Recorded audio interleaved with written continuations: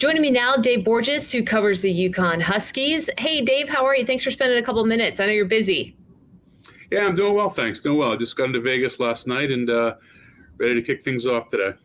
What are your impressions so far? I know you're probably just arrived, like you said, but I mean, what are your thoughts on the tournament being in Las Vegas?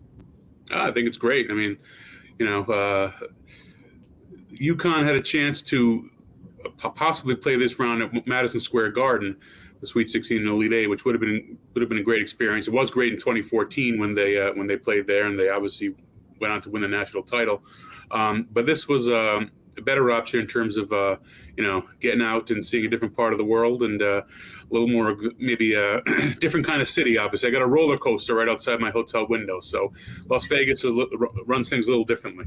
Hopefully you'll stay out of trouble, the team will stay out of trouble, and everybody will make it out of Vegas alive. When you consider this matchup, a lot of people are pointing to a lack of size with Arkansas on their front court. How do you assess this matchup? Well, I think UConn was a little more throwback in the sense that they have two really dominant big men, which you don't. Well, I mean, you do see it in college more these days, but it's not really at the NBA level. No doubt, I think this is going to be an up and down game. I think obviously Arkansas seems to like to play that way, and UConn doesn't always play that way because in the Big East things are a little more physical and sometimes muddied. But I think they like to get out and run, and I think they prefer that style. So Dan Hurleys said the other day that he thinks it could be maybe the most exciting of the Sweet 16 games, and I wouldn't disagree. I think this could be an up and down fun game to watch. Because you bring up Hurley, what have you made of his maturation at the helm of the program? I mean, not being able to get the team to this point a couple of seasons ago and now finding himself, on a big stage. Take us inside and help us understand, the kind of coach that he is and the way that he's matured. Yeah, I think matured is a good word. He's grown. He's he's gotten better as a coach. He's learned from some of his mistakes. There's a few different examples. I mean, he doesn't like going to the transfer portal, and he didn't 2 years ago. Then he kind of realized he had to, and he picked up 4 guys this year, all of whom have been big helps, including the starting point guard, Tristan Newton. He can be tough on officials, and he's got some key technical fouls over the last couple of years, but he's softened that a little bit. I mean, he's still pretty active on the sidelines, but he realizes he can't. He's committed some key technicals at bad times in close games, so he realizes he can't hurt his team like that. So he's adapted his style offensively and defensively to his team, and he's really grown and matured as a coach, no question about it. How big of an opportunity is this particular coaching matchup for him on a stage like this in Las Vegas to maybe even show that sort of continued development?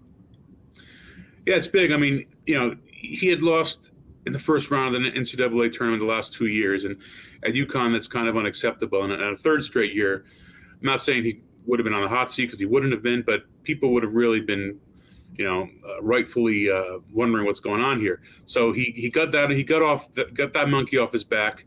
Now he's in the Sweet 16. I'm not going to say it's all gravy from here, but I mean, they've had a very good season. I think here, now he's in the Sweet 16, he can enhance the school branding. I mean, it's already a national, well-known school, but I think it can be even more so for recruiting purposes and just a place where kids know they can go and play and win and have a chance to play in the Sweet 16 and play for a national title. You highlighted UConn's size, which everybody kind of points to. It kind of knocks you over. But with their guard play, I mean, does that get overshadowed? And in the tournament where everybody talks about specific matchups and needing to have, depth at that position, how well suited are they in this game? I think they're good. I mean, certainly Jordan Hawkins is one of the best shooting guards in the country. He's been a little streaky over the past few games, but he's had huge second half performances, both in the first 2 NCAA tournament games. Point guard, I mentioned before, Tristan Newton. He's been up and down this year, but by and large, he's been a very good player for them. I think a lot of people thought point guard might be their weak spot entering the season, and people were still saying that entering this tournament. Tristan's a good player. They got some good depth in the guard position. It'll be interesting to see how they handle Arkansas's guards and how that all plays out. But certainly UConn's guard play has been pretty good for most of the season. That being said, does this team by and large still go the way that Adama Sunogo will go, if that makes sense? I mean, is he the ultimate X factor, the ultimate contributor when you think about them advancing past this game? Yeah, it's kind of been that way the past two games. Although, I've often said that as Tristan Newton goes, I keep bringing him up. The team goes, and you kind of expect that from a point guard, and people say the same thing. Now, Andre Jackson's their 6'6", kind of very unique, athletic swingman, and when he plays well, the team plays well. It's they can beat you in a lot of different ways, and certainly the first two games it was Adama Sunogo for the most part, and Jordan Hawkins getting hot in the second half offensively, but. Yeah, I'd say, they have won without Adama Sunogo having big games. In fact, in the Portland, in the PK Invitational in Portland back on Thanksgiving weekend, Sunogo had a pretty good tournament, but his backup center, the 7'2" Donovan Clingan, actually was the MVP of the tournament. And so to have your backup center be the MVP shows the depth this team has. So, when you say as Adama Sunogo as a team goes, really, you could almost say as the center position goes, because they have two really good big men who are both capable of the job.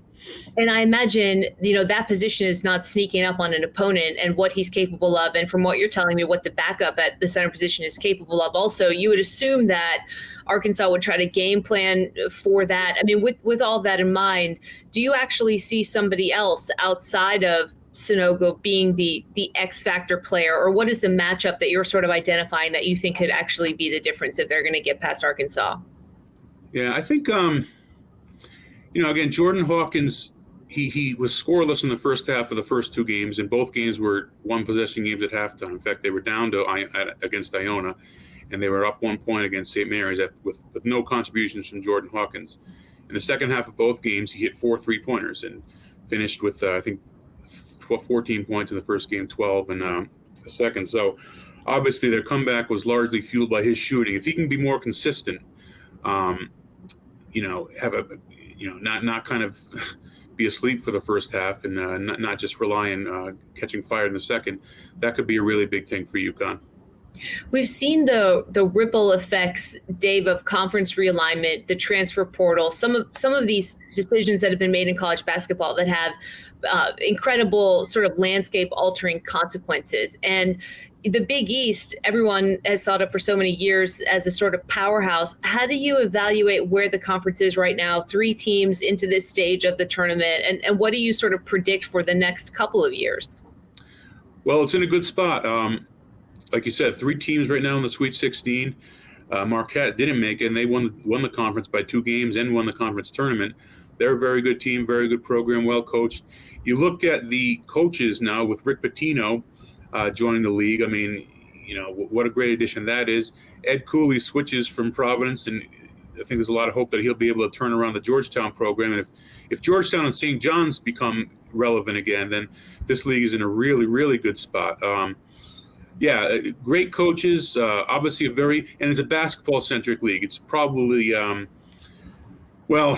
it's probably the most basketball-centric of the sort of Power 6 conferences, and it's because it really doesn't have football. UConn's the only team, has the only program with a football team, a division, bowl, what is it, BCS? Or I always forget that. No, you're right. I mean, when people think about the Big East, they think about basketball first and foremost, no question about it. Right. Yeah. And the players know that. And they know they're going to a place where basketball is king, and they'll kind of be the kings of the campus, not competing with the football guys and stuff like that. And at UConn, obviously the UConn women are also on the same level. But so it's Big East in a good spot right now, no question. Living in the New York area and, down the street from Madison Square Garden, you could really feel what Pitino's arrival to Madison Square Garden the other day kind of meant for those who love St. John's or who are St. John's alum. When the program is in a really good spot, it makes a difference. I mean, it feels like a local team that has a potential for people to really care about. How do you think his arrival is going to fundamentally change what they're capable of? I mean, I imagine that his name still carries a lot of weight when it comes to the transfer portal and recruiting players. I mean, is the addition of him at the helm enough to really do something special here in the next couple of years? I think he is the biggest guarantee, whatever school got him, whether it was going to be Georgetown, St. John's, I know Providence fans are hoping that if Ed Cooley left, Rick would return to Providence. Whatever school he went to it's a guaranteed turnaround and a quick turnaround. He's that good. I think he's the best coach of his generation, just in terms of X's and O's, strategy, developing and getting players better. I think he's the best. I really do. He's a coaching genius. Jim Calhoun is a better program builder, I suppose, no question, and a great coach on himself. But Rick's the best, and it's a guarantee in my mind that St. John's will be back and be very competitive very soon. What do you think was most appealing to him about the St. John's job? Well, as he said, it's close to home. He didn't want to move. Lives right on a golf course in the New York area, and so there's that. But I do think returning to the Big East is huge for him. It's essentially where he started. I mean, he started at Boston University, but made his name at Providence, taken to the Final Four out of nowhere in 1987, and obviously coached there with Louisville for several years. And he's a Big East guy. He's a Northeast guy, New York guy, and that's big. And it just fits like a glove. And I would assume that staying close to home, but also just the idea of the Big East taking over a program once run by Louis Carnesecca, who is thankfully still with us and looking great and sounding great. I think that's probably the biggest thing for him.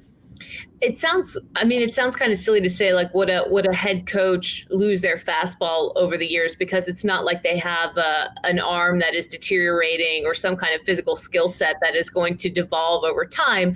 But I guess if you wanted to try to apply that to coaching, it would almost be passion, fervor, excitement, involvement, wanting to actually be a part of it. From everything that I can gather on the outside, press conferences, and just who Pitino is, I would guess that same passion and desire to win and get a team back to the Final Four is still a big motivator for him. I mean, from what you know of him and what you've seen on the outside, would you agree with that you think that everything that he's capable of, his genius on the floor, as you put it, is still very much intact as it relates to starting now with another program and trying to do, quite frankly, what people expect him to do?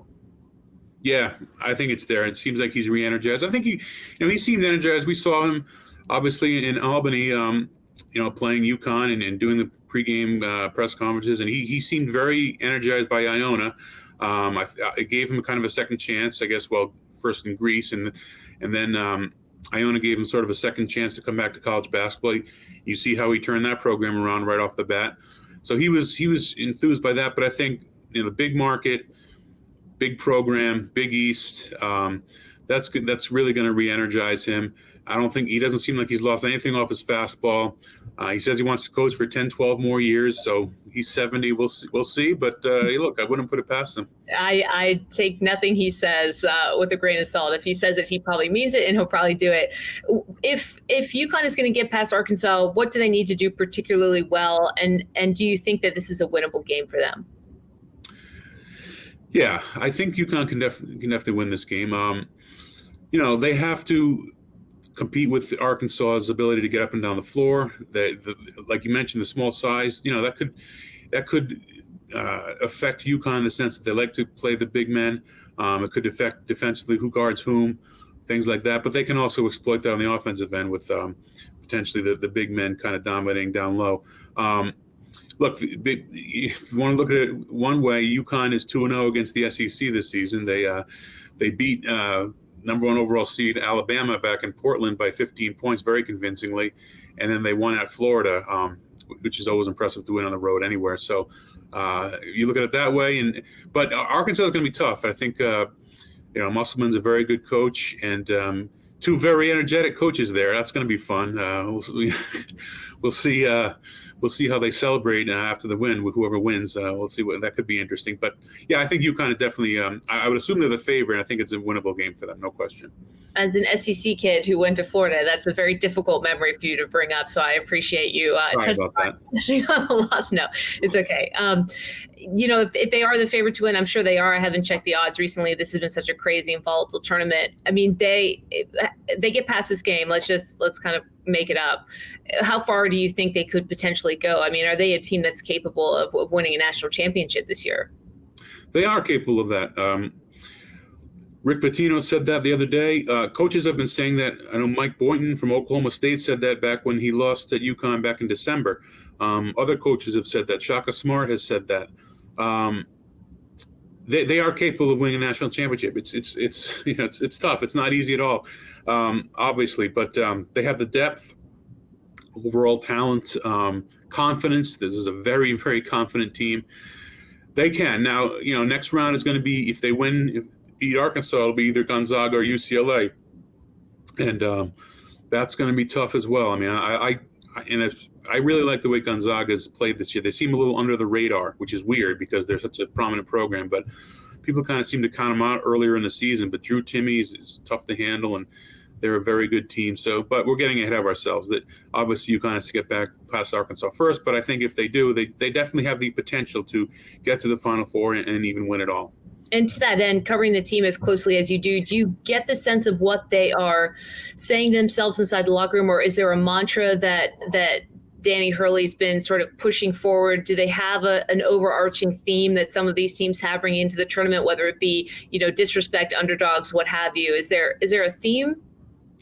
Yeah, nobody plays that card better than Dan Hurley. I mean, he's been, and then he finds things, finds quotes from players from months earlier that may somewhat disparage a UConn player or the UConn team, and he uses that and fuels them. He uses the fact that they weren't ranked in the top 25 in the preseason. They were 2 spots out, but he says that nobody in the country voted for them in the top 25. Well, that's not true. A lot of voters, myself included, did vote for him in the top 25, but they ended up just outside of it.